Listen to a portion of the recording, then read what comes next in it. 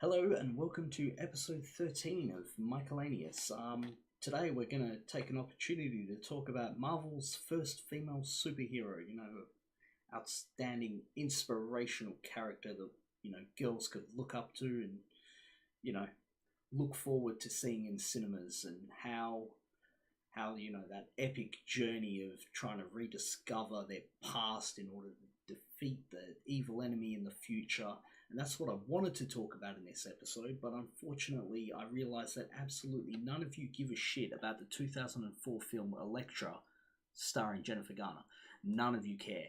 So I'm not going to be talking about this. Unfortunately, today we're going to be stuck talking about Captain Marvel, which just came out. So yeah, there's that. Episode 7, I was talking about this article from IndieWire. Rotten Tomatoes bans user reviews and comments before a film's theatrical release. Internet trolls will no longer be able to spam Rotten Tomatoes before a movie's release. Yeah, we went over that. The whole thing about them conflate. The reason Rotten Tomatoes changed it is because people would conflate the want-to-see score with actual reviews, as we saw in this article, conflating the want-to-see score with actual reviews. So let's look at IndieWire's review for Captain Marvel, because the review embargo has been lifted, and so today we have things like this. Captain Marvel review, a massively disappointing introduction to Carol Danvers. What? A massively disappointing introduction to Carol Danvers. Brie Larson has all the right stuff, but she can't save this generic Avengers prequel from being amongst the most disappointing Marvel movies. Did the trolls have a point? Oh my lord. What if the trolls weren't actually trolls? What if, this is a crazy conspiracy theory here. What if internet troll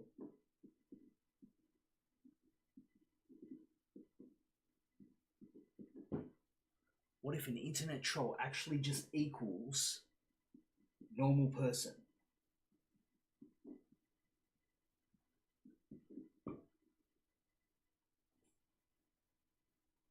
No, that could never. That's just nonsense.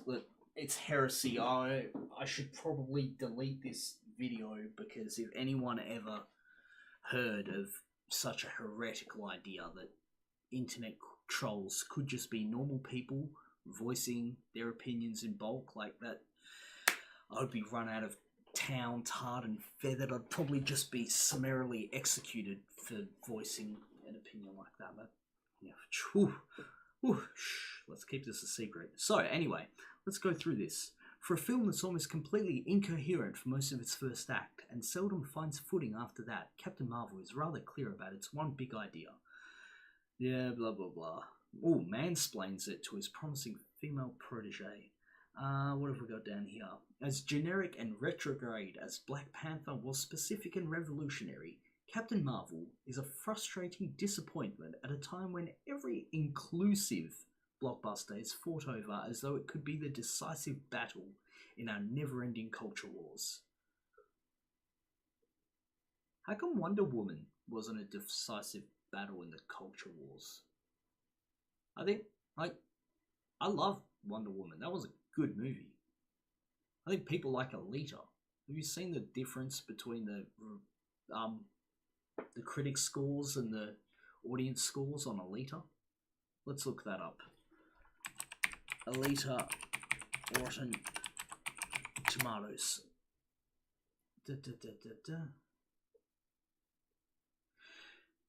Tomato meter. Oh, hang on. Here we are. Critics, 60%.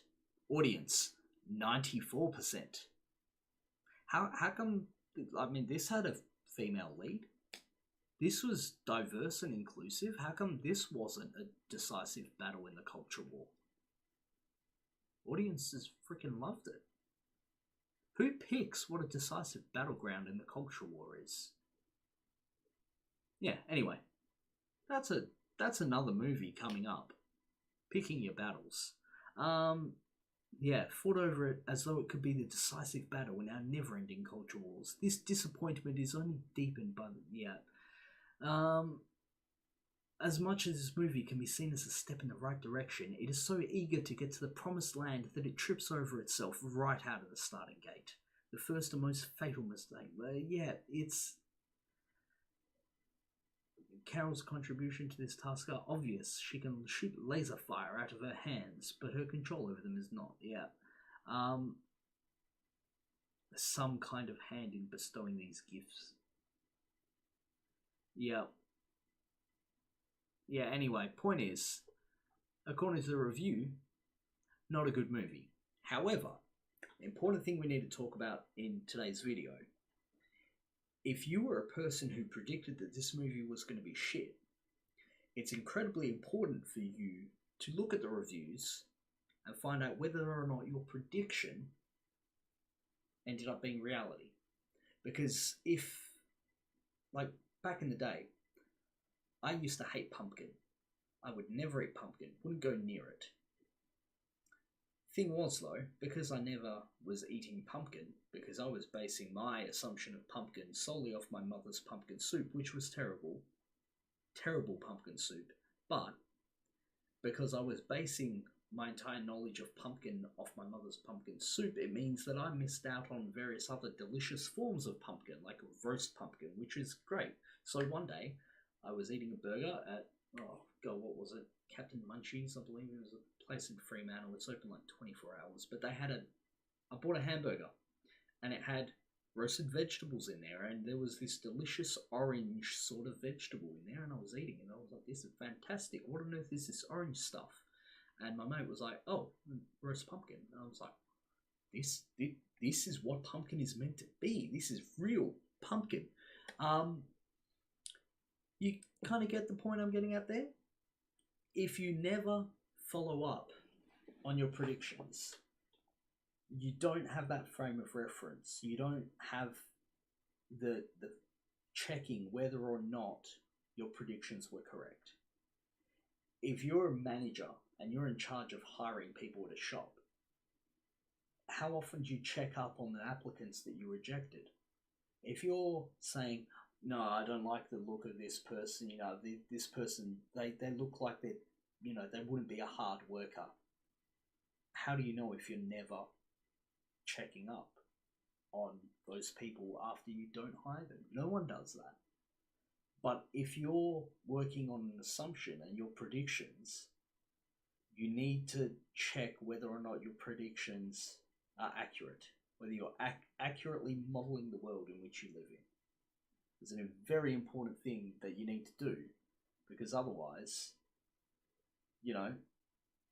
imagine if there's a particular trait in a person, like red hair. What if you've got the assumption that everyone with red hair is crazy, and so you never date anyone with red hair? Someone with red hair asks you out and you're like, oh, yeah, no, and you make an excuse and you blow it off. I've never been in that problem because no one with red hair asks me out. No one asks me out. It's an easy to solve issue. I don't have to worry about that. You might, though. So if you are always knocking back people with red hair, being like, well, they're obviously crazy, how do you know? Do you follow up on all of the red-haired people to find out whether or not they did end up being crazy? Because if you don't, your frame of reference, like what you're basing that assumption on, could be entirely wrong. You could be basing it all off like a single instance that you once had, and you're extrapolating that out to cover everyone. It's just bad. It's bad science. It's a bad logic. Yeah. So, anyway, Captain Marvel. Probably give it a miss. Go watch Alita instead. Apparently Alita's damn good. Review scores say the audience like it. Maybe you like it too.